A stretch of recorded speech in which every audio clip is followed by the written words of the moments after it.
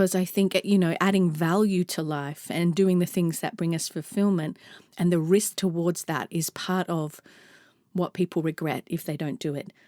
Within each of us, there is something beautiful, something splendorous that the world needs. And it brings us joy to offer that as a contribution to bettering the world, adding value to the world. But also, if we don't do it, if we don't offer what's inside of us out into the world, we feel like we lack purpose. Welcome to the Healthy, Wealthy, Wise Artist podcast, where artists of all kinds come to fuel their passion, sharpen their skills, and thrive in their creative lives. I'm your host, Lara Bianca-Pilcher, life and creativity coach and fellow artist, here to support you on your artistic journey. Whether you're a performer, writer, visual artist, or any kind of artist, this is the space for real talk, practical advice, and inspiring stories. Subscribe and join us each week for more inspiration and actionable insights to fuel your artistry. Let's dive in and get inspired. And this episode is about risks, and it's a theme of overcoming obstacles while pursuing dreams. And maybe not even a dream, but a direction that you feel that you're meant to go. I want to encourage you all about calculated risks, not foolishness, but intelligent risks. And we've been through a lot, one of the most challenging seasons in our lives, huge steps towards what brings us the most fulfillment in life and taking leaps of faith through the doors that have opened for us. And, we realize that it's a privilege and an honor for doors to open for you. And as an artist, I remember when I first graduated with a degree, it's like saying yes to those little opportunities, because that's kind of how it works in the arts, so that, more and more invitations come as you prove yourself faithful in little. But risk doesn't always work out. Opposition can be enormous. Perseverance may be needed in abundance. Huge spanners can be thrown into the works. You can be filled with self-doubt, no matter how calculated your risk planning was. You may even think that you got it all wrong. And maybe you did, so it now becomes a learning experience. Risk, however, can lead to amazing dreams coming true, an amazing success. And I think of like the amazing design studio McGee & Co., who are interior designers with a show on Netflix at the moment, and they talked about the enormous risk they took starting their company, that they could have lost everything. And sometimes it works out, and look what they've got now, this incredible international business that everybody's using to design beautiful dream homes. But they also, tears in her eyes, talked about the risk that it was at the beginning. And, a 25-year-long study of older people was done and revealed 3 things in particular that they wish they had done more in their life.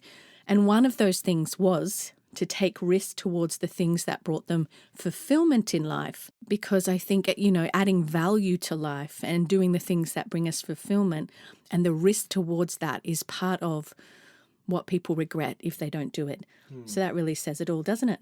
Yeah, there's a lot in that. Yeah. And I reflect and think adventure, life's way more enjoyable when we have adventure in it. Yeah, and true. For men, my journey is that you come alive when you have adventure and you take risk. Yeah. And that can be social things. So talking to men here who many of you listeners probably are quite more aware, self-aware inside your hearts. But for men, we can think, we got it all together, we're strong. But underneath that, the man can be quite fragile, quite insecure, quite hard to take risks just socially with friends, reaching out, kind of going there with their past hurts, with their wife even, and these things. And once you go there, it's risk. But life's better when you stay in the risk and live in the risk and take some of those, and you risk it. Yeah, and we're talking about all kinds of risks, aren't we? Like career risks, which as part of being an artist is risking. And risking isn't always like, I'm going to put my home out there and I'm going to lose everything I have and could end up on the street. That is a risk, yes. But we're talking about all kinds of risks, like the emotional risk of stepping out and, like Andrew was saying, being vulnerable, the risk of going towards your career when it might not work out, the risk of offering an idea in a room that could be rejected, the risk of, in relationships, all kind of risk. And, I think risk is a part of life. And I've got a friend, Hannah, in Tasmania, who said her and her husband, when they take risks together, when they have adventures together artistically, it's good for their marriage. And that really sat with me. And I thought, you know what, you're right. It's doing it together for Andrew and I as well. I really related. That brings us so much joy together. And for some people, that's easy, isn't it? Like those who have founded big companies or whatever. Some were insecure in that very start phase, thinking this could all fall on its face. Yeah. But they all took risks. Anything big you see around Someone took a risk. Yeah, that's it. Yeah. And you know what? You know, for all those successes, there are a lot of failures too. And I'm going to talk to you about that, because there has, you know, within this season that Andrew and I have come through on the other side of huge risks towards the things that bring us fulfillment, which I'll share more about.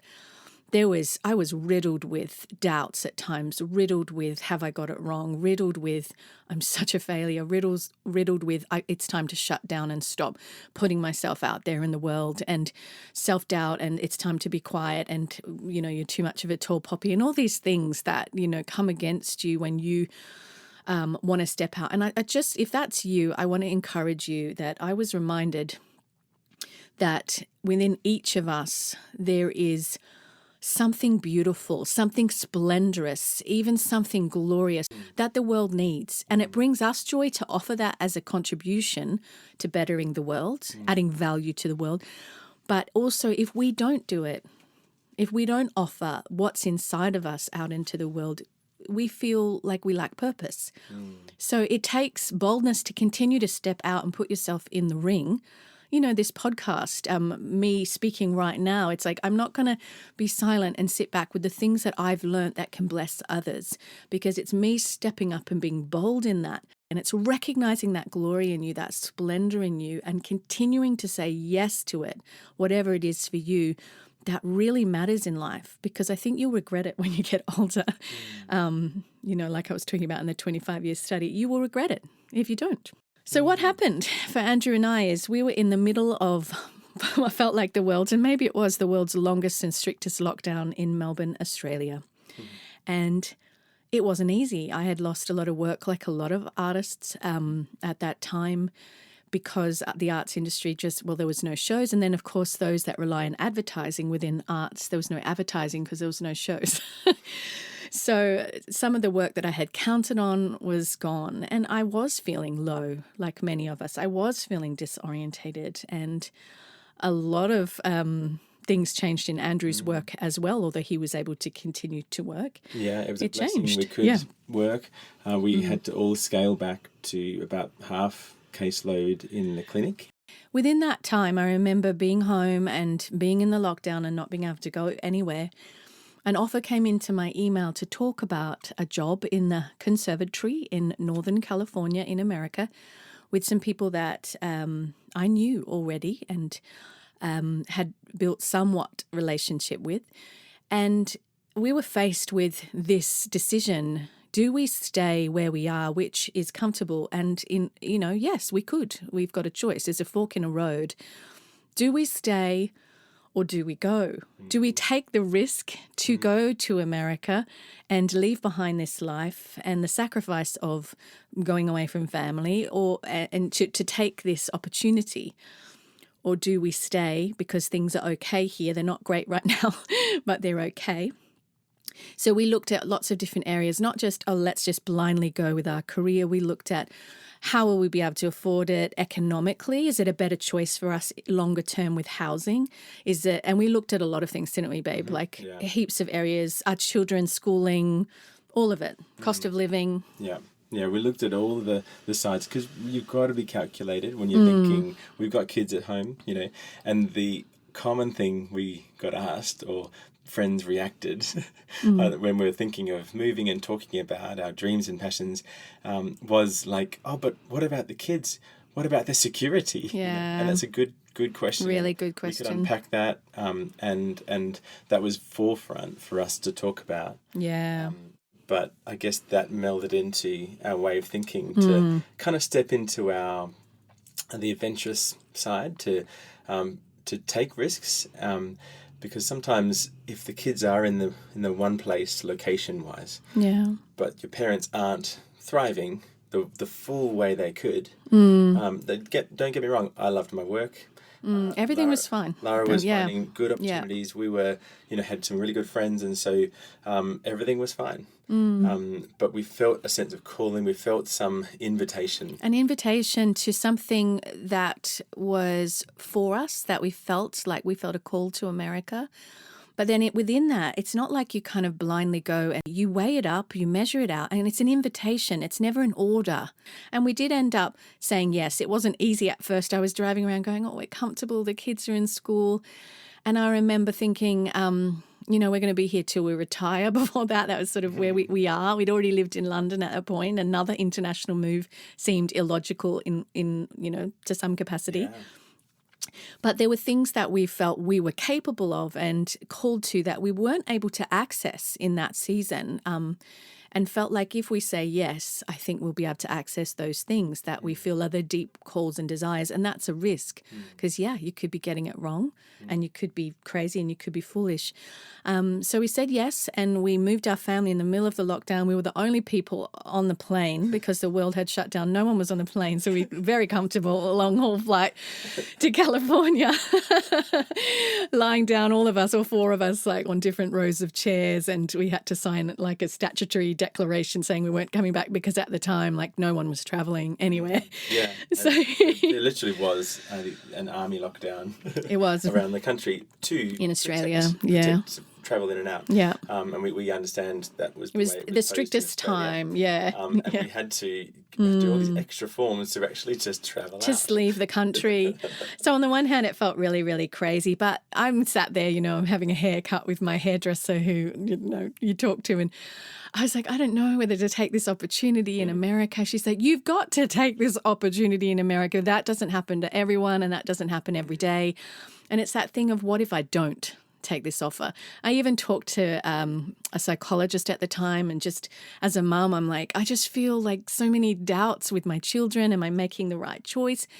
And she said to me something that I won't forget. It's that, on the one hand, we can say no and stay where we are, but our children feel the energy of our lives. And I was low. I was in a low point. And she encouraged me to go, you're worried about the transition and what that will do to your children, but being low and in a place of feeling really down every day is not great for a mother either. That's right.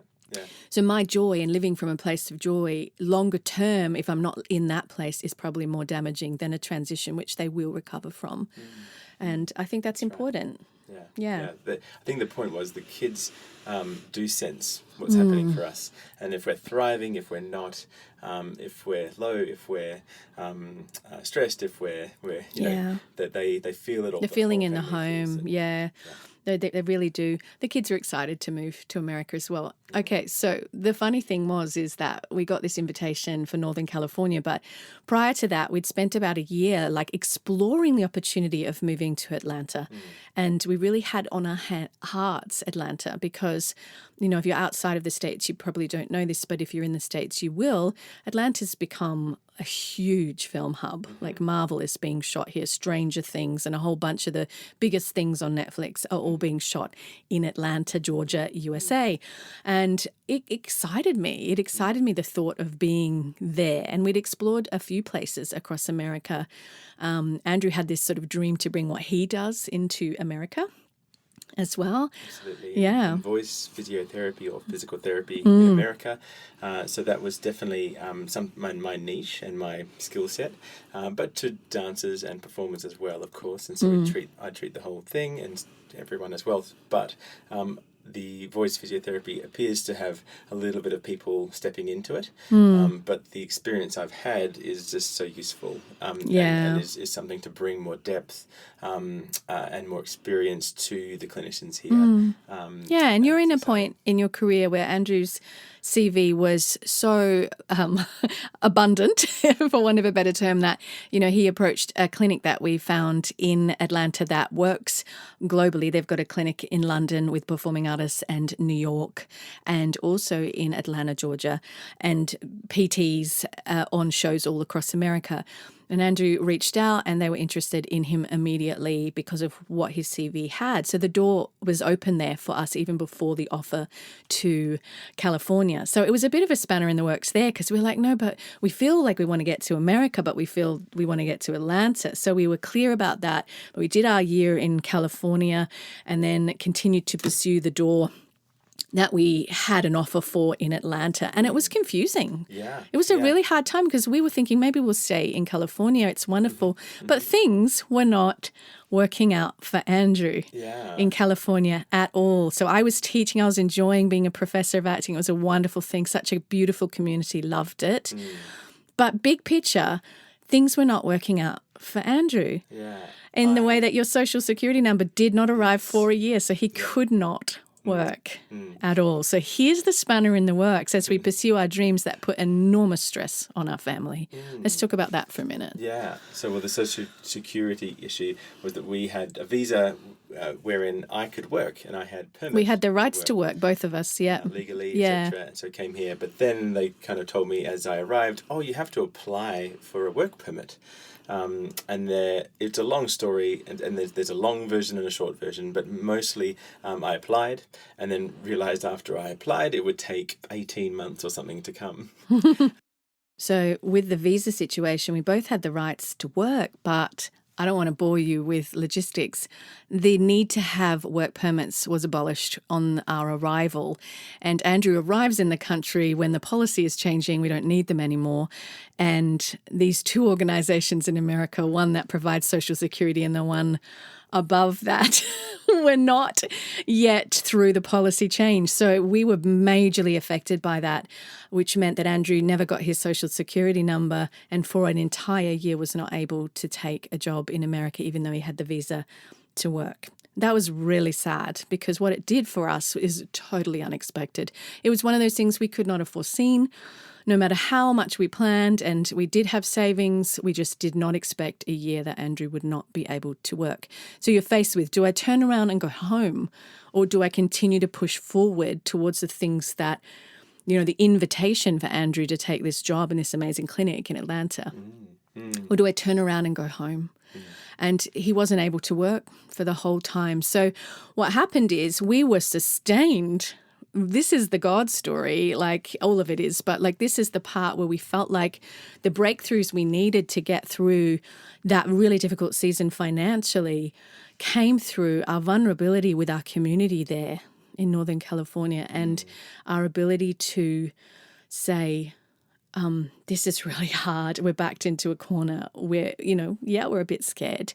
But yet time and time again, God provided for us in a place where it just doesn't make sense. Like from cash in an envelope that somebody handed to Andrew in the car park on the school pickup to all kinds of things, bread at our door when we needed food that we didn't ask for. And just hear us on this. We did not ask for any of this. We did not ask for money. We did not, put the hat out. We did nothing. And we'd had our closer friends where we would share and be vulnerable, be open about what's happening. So we could just share and just be honest how things are going. Yeah. So it was a very stretching time, a very scary time, a time where you think, gosh, have I got it wrong? Like, this is so hard. I can't believe that we've got visas to work, but they haven't sent this to you. This is such an injustice. Like, of course, you feel all kinds of things. It wasn't about immigration. That was all fine. It was above that issue. So it wasn't that we needed an attorney. They couldn't do anything. It was actually a policy change within America. It was difficult. But what happened is we continued to work, but this offer opened up for Andrew within that season that said, here, I have a job for you. So here's another really big challenge is I'm like, do we stay or do we go from California? But before that, we felt Atlanta. So we didn't know. It was a time of confusion. We were brainstorming. We didn't know. We were praying. We're like, what do we do? But because Andrew couldn't work in California, the Atlanta door seemed the logical one for us and our family because we do need Andrew to work to provide for us. He can't not work long term. So the door opened for Andrew. And so we went to Atlanta. But that in itself was not easy. Because what happened is Andrew got the job. he's like, my social security still hasn't arrived. And I just said to you, what did I say? You have to go. You have to start this job. And none of it made sense. So I didn't have the social security by then.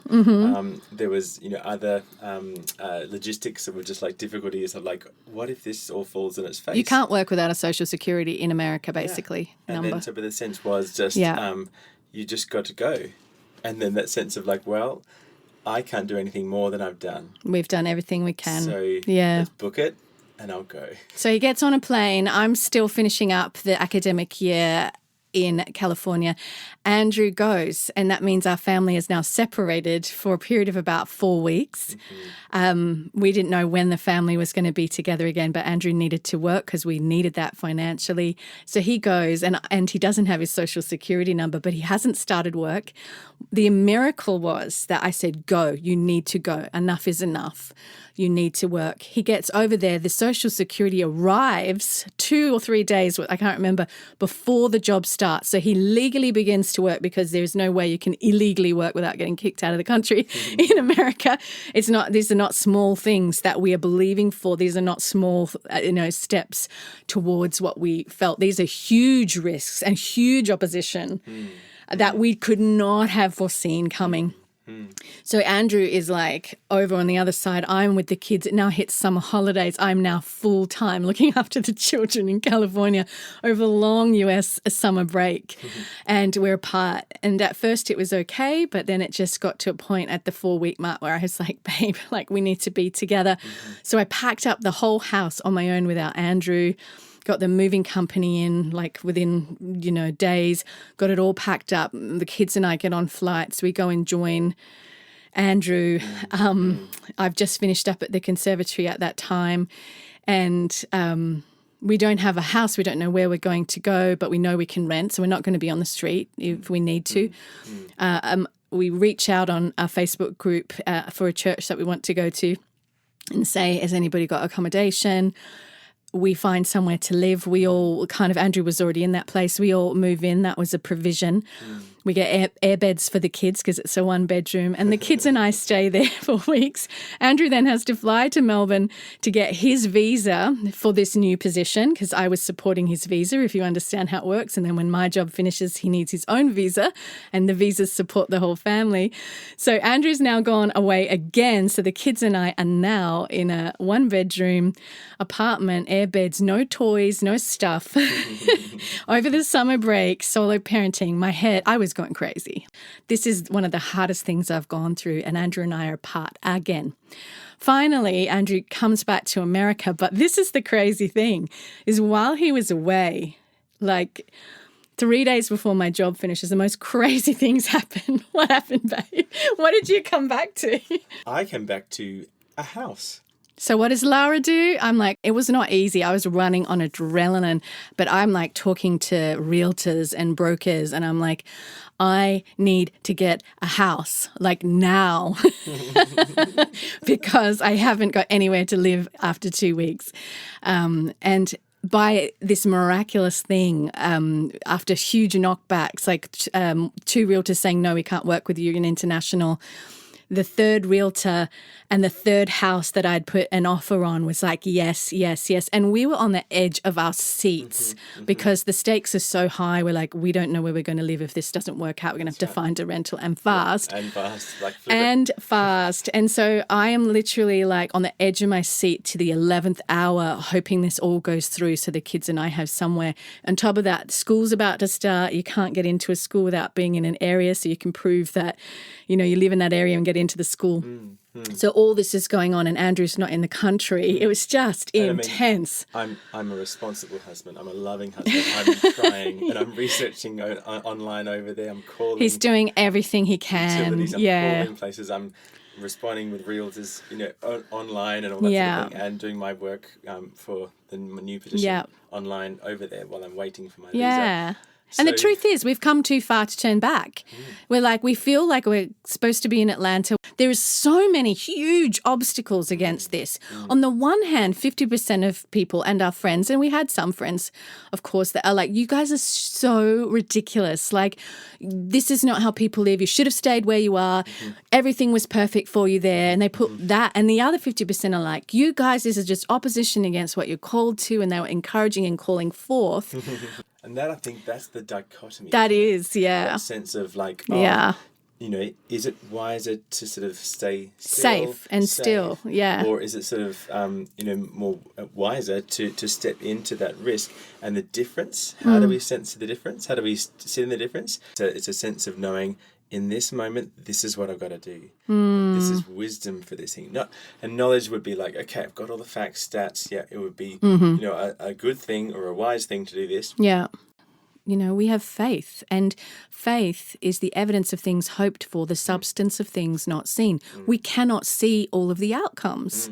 That's right. And yeah, it was like, we're in too deep to turn back. We know that we're supposed to do this. We feel in our hearts it's the right thing. The door, it's not blind faith, because the evidence is that Andrew has an amazing job offer. Yeah. And not just an amazing, but a dream job offer with great pay.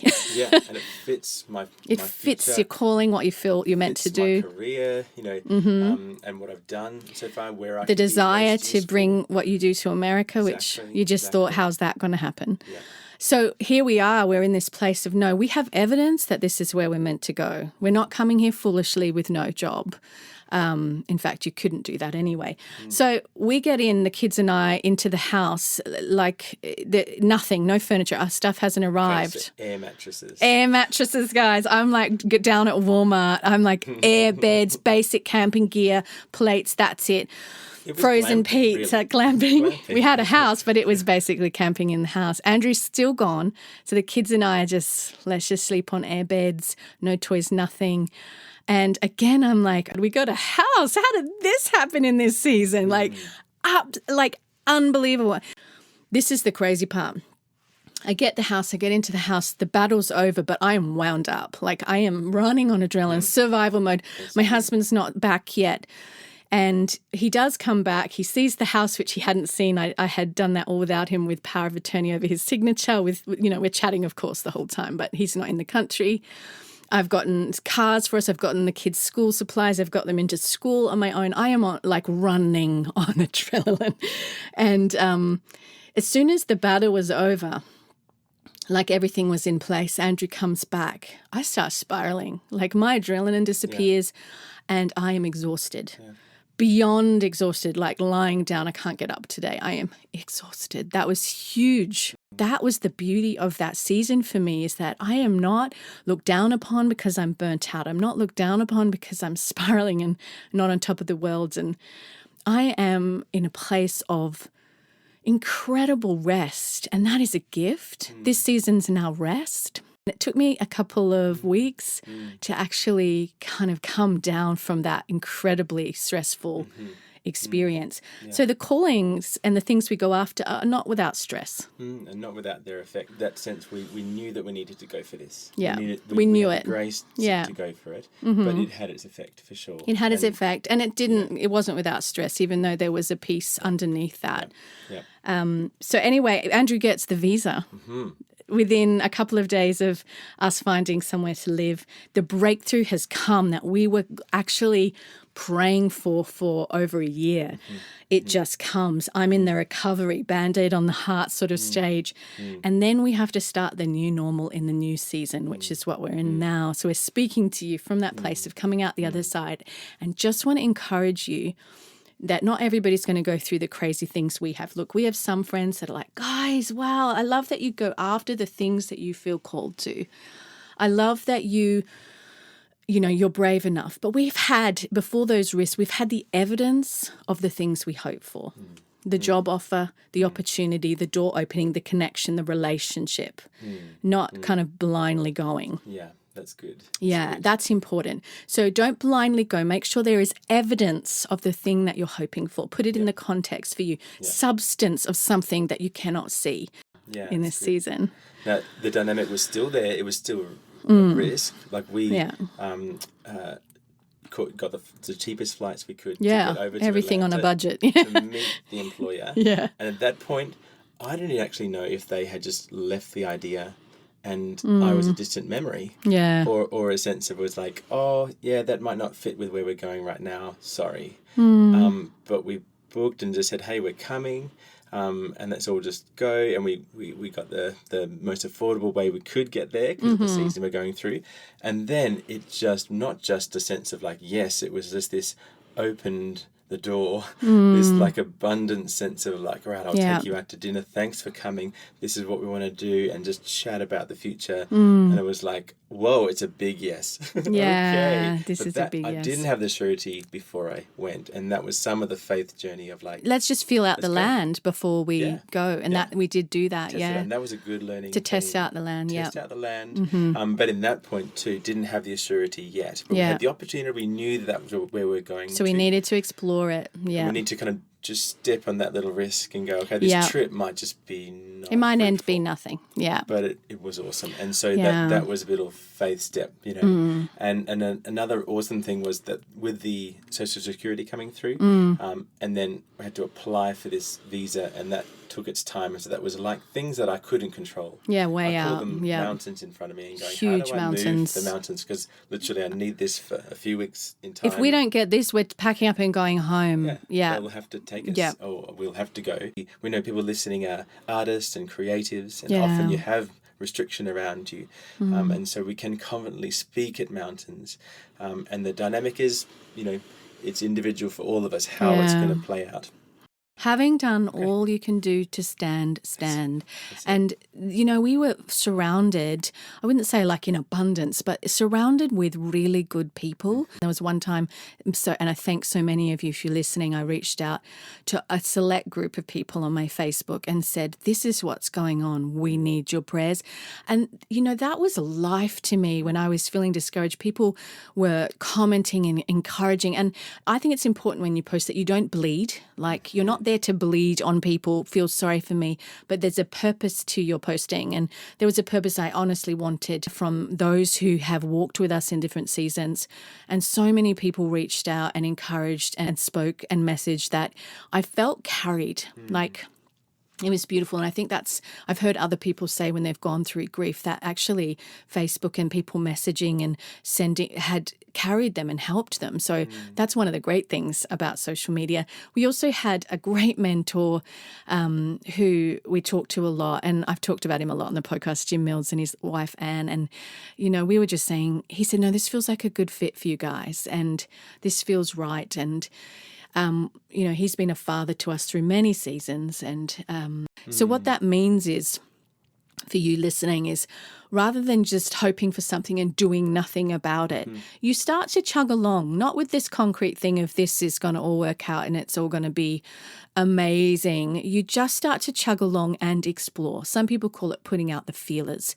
And in doing so, you see if the evidence and the substance of the thing you hope for begins to fall into place, because that's how faith works. And then you go, there's enough evidence and substance here for me to step out in faith and believe that I am sensing that, you know, for Andrew and I, we are meant to go to America in this season. There is substance and there's evidence there. Yeah. And I think that's important, isn't it? Like, yeah, it is. Yeah, it makes me think of waiting.